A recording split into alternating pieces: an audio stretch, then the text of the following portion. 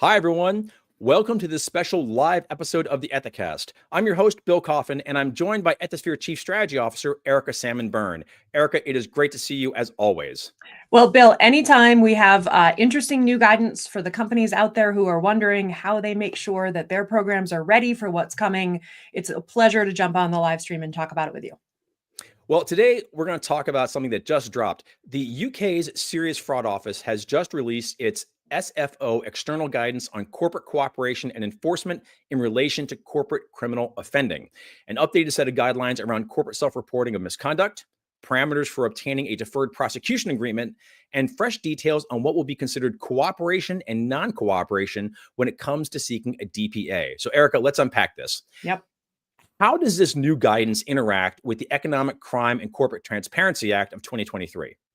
So, Bill, the ECCTA is set to come into effect in September of this year. So September 1st, 2025, that new legislation is going to come into effect. And for those of you out there listening, thinking to yourself, yeah, cool, I don't do business in the UK. If you're sure about that, then that's one thing. But, you know, the way the ECCTA is written, it is going to capture businesses of a wide variety of sizes that have exposure to the UK, Northern Ireland, Wales, those jurisdictions. And it created a corporate offense that is failure to prevent fraud. And the reason that I raise this is because this is one of the wider types of potential corporate offenses that organizations can find themselves running afoul of. And the primary reason for that is one of the pieces of the analysis is, was the fraud for the benefit of the business?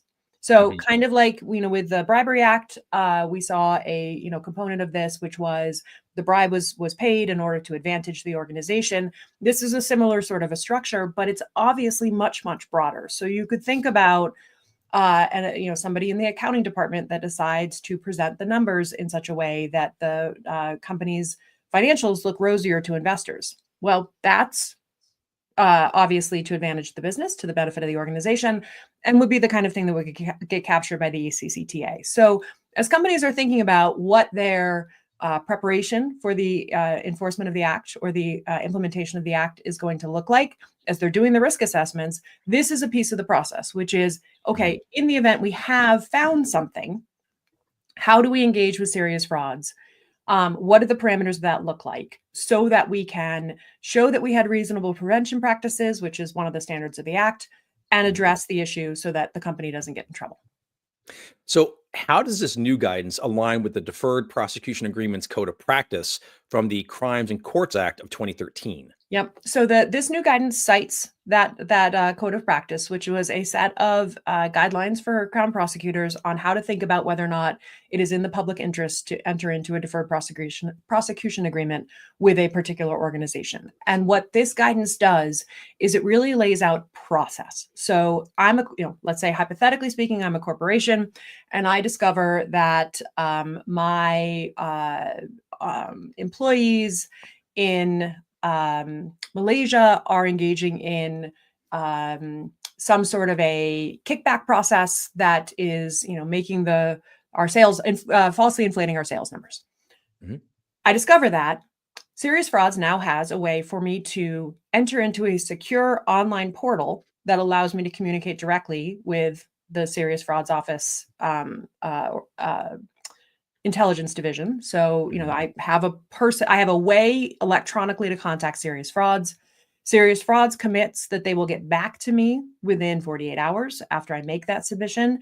And then there are set timelines of when I can expect Serious Frauds to make decisions as to whether or not I'm going to get a DPA, whether or not my cooperation is sufficient. And it also establishes the presumption of a deferred prosecution agreement. So if I self-report, kind of like here in the US where we had the presumption of a DPA if you self-report, now in the UK, if I self-report, I also have the presumption of a DPA with the exception that if there are extraordinary circumstances that would indicate that that's inappropriate, then we, obviously you shouldn't count on it. But the presumption is that if you do self-disclose, you will be treated expeditiously. So this is not a situation where things are going to drag on and on and on and on. And you have the presumption of a DPA. So, Erica, to what degree does this align UK self-reporting guidelines with US DOJ guidelines? Or perhaps importantly, are there still any significant differences between cooperation standards in the UK versus the US? And should we expect to see similar guidance in Commonwealth countries such as Canada, Australia, and elsewhere? Yeah, it's a good question, Bill. There are a lot of similarities between the way that the Department of Justice has laid out their self-reporting guidance and the way that the SFO has laid out its self-reporting guidance. Couple of interesting differences. One is this portal, right? The fact that you can go, there's now a secure system that allows you to communicate directly with the Serious Frauds Office. There's some very specific time horizons that the Serious Frauds Office has committed to engaging with companies around.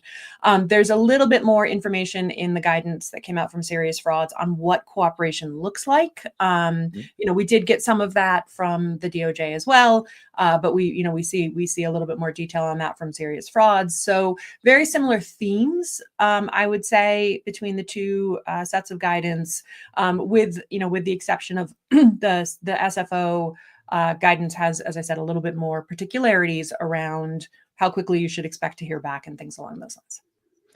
The parameters for timing around self-reporting appear to be somewhat subjective and left to the company to determine for itself what is an appropriate amount of time to run its own investigation before self-reporting. Yeah. Erica, what does this tell you about how much the UK is deferring to internal best practices when it comes to ethics and compliance? Yeah, I think it's the math that a company has to do is very similar here in the U.S. or really in any jurisdiction where there is the possibility of criminal consequences for the organization for employee behavior. Is you figure out something has happened, and the question is always, well, do I take it to the government, or do I roll the dice and assume that the government is never going to know about this? And basically what this guidance from the UK is doing is it is joining the pantheon of other guidance that we have seen to say to companies, don't roll the dice, right? It is going to be better for you if you come to us than it's going to be if we come to you. The way you're going to be treated, the size of the fine, all of those pieces are going to be treated. You're going to be treated better if you bring it to us as opposed to if we find out about it on our own. And with some of the work that's been done on whistleblowing, the EU whistleblower directive and some of the other things that are out there, your chances that somebody's going to bring it to the government or bring it to the attention of the government are higher than they have been in years past. Also social media and all of the other pieces that make our world so significantly information heavy. So I think what the guidance says is basically, if you think there's a real issue, bring it to us and we can partner with you. Mm-hmm. That said, we know you have to do a certain amount of internal investigation before you know if it's a real issue, and we're going to leave it up to you to decide, together with your counsel, in all likelihood, when the right time is to bring the issue to us. You don't have to bring it to us on a platter. You shouldn't bring it to us tied up in a bow. We do want to partner with you because there may be nuances that we need to be aware of, and the guidance talks about this, there may be cross-jurisdictional issues that you're dealing with as well. So, right. A lot of the people who are listening to you and I talk about this, Bill, work for multinational companies that do business in lots of places. And so it may very well be that you have exposure in 4 or 5 different jurisdictions. And that is going to be a coordination process that SFO has said they want to be involved in. And they've specifically called out, and I do want to emphasize this, they've specifically called out that something that will diminish their perception of your cooperation is forum shopping. So if you are, dealing with a situation where you've got a couple different jurisdictions that are involved, and you make the decision that you're going to self-report to the one where you think you're going to be in the least trouble, they are going to look upon that poorly. We'll just say poorly. Yeah. So to follow up on that, in its notes on what constitutes cooperation, when it comes to internal investigations, the SFO highlights the importance of, I'm going to quote them here, early engagement with us as to the parameters of the investigation. So is there an argument for companies to complete their internal investigation before deciding whether or not to alert the authorities, just in case the internal investigation concludes in good faith that there really isn't much of a there? Yeah, that's the $1 million question. And I say $1 million, Bill, because often companies will pay outside counsel $1 million to help them answer that question, right? But it is, that's the big question. How much of my investigation do I have to complete before I decide that there is something that I should voluntarily self-disclose? And every company is going to have to make that determination for themselves.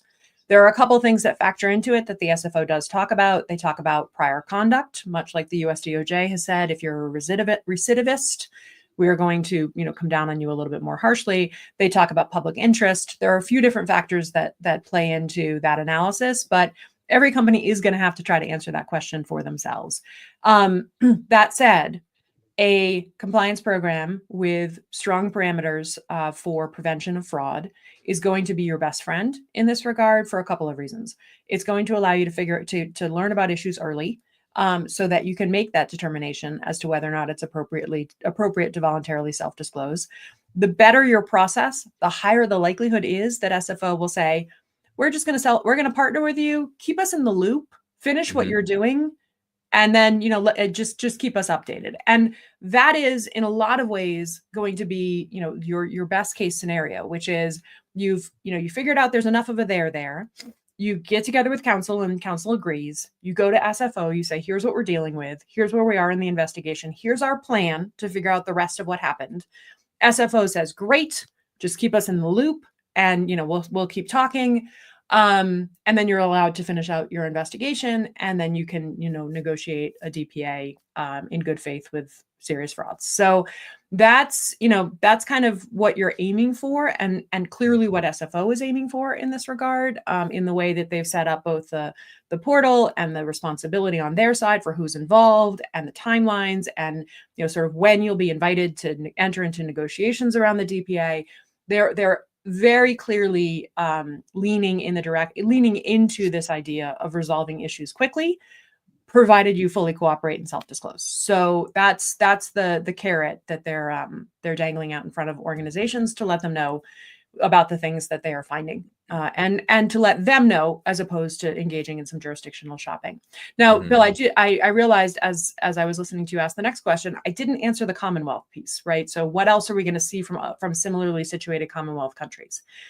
We have seen out of Australia the good practice guidance that came out around their particular anti-corruption standards. So, I think we are seeing kind of a coordinated move in the direction of the regulators in a wide variety of countries looking for ways in which they can structure their program similarly, so that multinational companies can negotiate both in terms of how to travel and also negotiate the resolution of issues that are multi-jurisdictional. So while we might not see exactly what we're seeing out of serious frauds, I do think this is part of that kind of coordinated effort that we are seeing between different regulators across borders as they are attempting to address issues that touch the multinational companies that operate within their countries. In light of the recently announced UK, France, Switzerland anti-bribery, anti-corruption alliance, what are we to make of this particular announcement from the SFO? Is this a separate evolution that just has coincidental timing, or is this part of a broader effort to create a more unified regulatory regime among the EU and the UK? Yeah, I think it is part of I think it's a part of an effort that the UK government is making to set their prosecutorial regime up for the greatest success possible by making the process something that is as transparent as they can to the companies that they are engaging with. So if you think about a company that finds a corruption-related issue, the easier it is, the more transparent it is, the simpler it is to navigate what that process looks like, the more likely a company is going to be to engage. And so I think this is really an effort on the part of serious frauds to say, this is what engagement with us, self-disclosure engagement with us looks like. This is what voluntary self-disclosure looks like. And it's not, with the exception of some of the timelines in the portal and that sort of thing, it's not that dissimilar to what we saw out of the DOJ over the course of the last couple of years, right? A couple of years ago, Deputy Attorney General Monaco really leaned into this voluntary self-disclosure, presumption of a declination, presumption of a DPA, a very similar kind of talk track to what we're seeing out of serious frauds. And so I think this is a lot of the same kind of thinking on the part of the prosecutors, which is, the more we can cooperate with companies, the more we can incentivize companies to set in place the kind of practices that prevent fraud in the first place, the more likely we are to be upholding the public interest. So I think it's being driven by a lot of that same thinking that we saw out of the US DOJ around this concept of how do we get companies to think proactively, appropriately about voluntary self-disclosure? What can we offer them to get them to engage in that kind of a dialogue with us? And that's what I think we're seeing a lot of what we're seeing here. Now, the one thing I will highlight is I do think the note on forum shopping is an interesting one as it pertains to the FCPA pause that we're seeing here in the US. If I were a company that was operating both in the US and in the UK, and I ran into a particular anti-corruption related issue, and I had a choice between where I was going to potentially disclose that issue, that piece of it would give me pause in my analysis as I chose which jurisdiction I was going to approach with what it is that I found. So, that is the one piece in here where I think we are seeing serious frauds as it pertains to that announced coordination effort with the Swiss authorities and the French authorities. Really put a stake in the ground to say, just because you think you're going to get special treatment somewhere else, if that is what is motivating your choice, that is going to be something that we don't look kindly upon. Now, of course, if you are a company that has, you could make a jurisdictional argument, you can make an operational argument, you could make a, degree of harm to different jurisdictions argument. But if there's a piece of it where the prosecutors are going to be like, you were looking for a pass and you thought you would get it there as opposed to getting it here, your likelihood of getting that, sort of preferential treatment with serious frauds, I think probably just went down.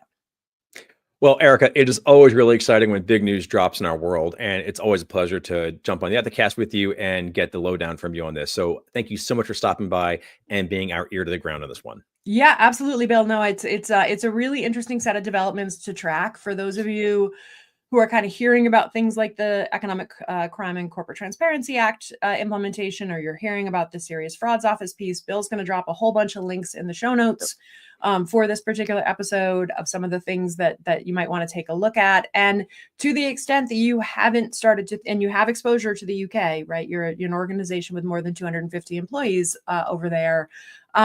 Really start digging in on that ECCTA piece, because implementation of that is coming. And there's some wonderful guidance on how to think about the three components of the fraud triangle, right? This is a place, Bill, where you and I should probably do a separate Ethisphere Reacts or Ethicast Reacts on this one at some point. But the ECCTA guidance includes this question of motivation, right? So there's the three classic pieces of the fraud triangle are in the way to think about your risk assessment. And so thinking about what are my, what kind of incentives have I set up? Well, we've been talking about that under the DOJ guidance for a long time, but also what motivated the behavior on the part of the employee, right? Was it, you didn't think you'd get caught? Was it resentment? Was it pressure? So you have to start thinking about some of those pieces as you think about what your reasonable prevention practices look like under that act. There's going to be a lot there for compliance professionals to unpack. There's some really, it's obviously in legislation that's been informed by some of the research on behavioral ethics and kind of employee behavior. So definitely something worth digging into if you are listening to Bill and I and thinking to yourself, well, you know what, we do have a little bit of exposure over there. Spending a little time with that piece in particular and thinking about whether or not your current program tracks those reasonable prevention practices is going to be time well spent. Well, just to follow up Erica's comments, to read the full text of the SFO's latest guidance, please visit the SFO website at www.gov.uk. And as Erica said, we'll also link to this guidance as well as a few other helpful documents in this episode's show notes. And as always, for plenty of resources around self-reporting, DPAs, internal investigations, and more, please visit the Ethisphere Resource Center at ethisphere.com/resources. Thanks for joining us on this special live episode of the Ethicast, everyone. For more episodes, please visit the Ethisphere YouTube channel at youtube.com/Ethisphere. And if this is your first time enjoying the show, please make sure to like and subscribe on YouTube, Apple Podcasts, and Spotify. Thanks so much for joining us. And until next time, remember, strong ethics is good business. Bye now.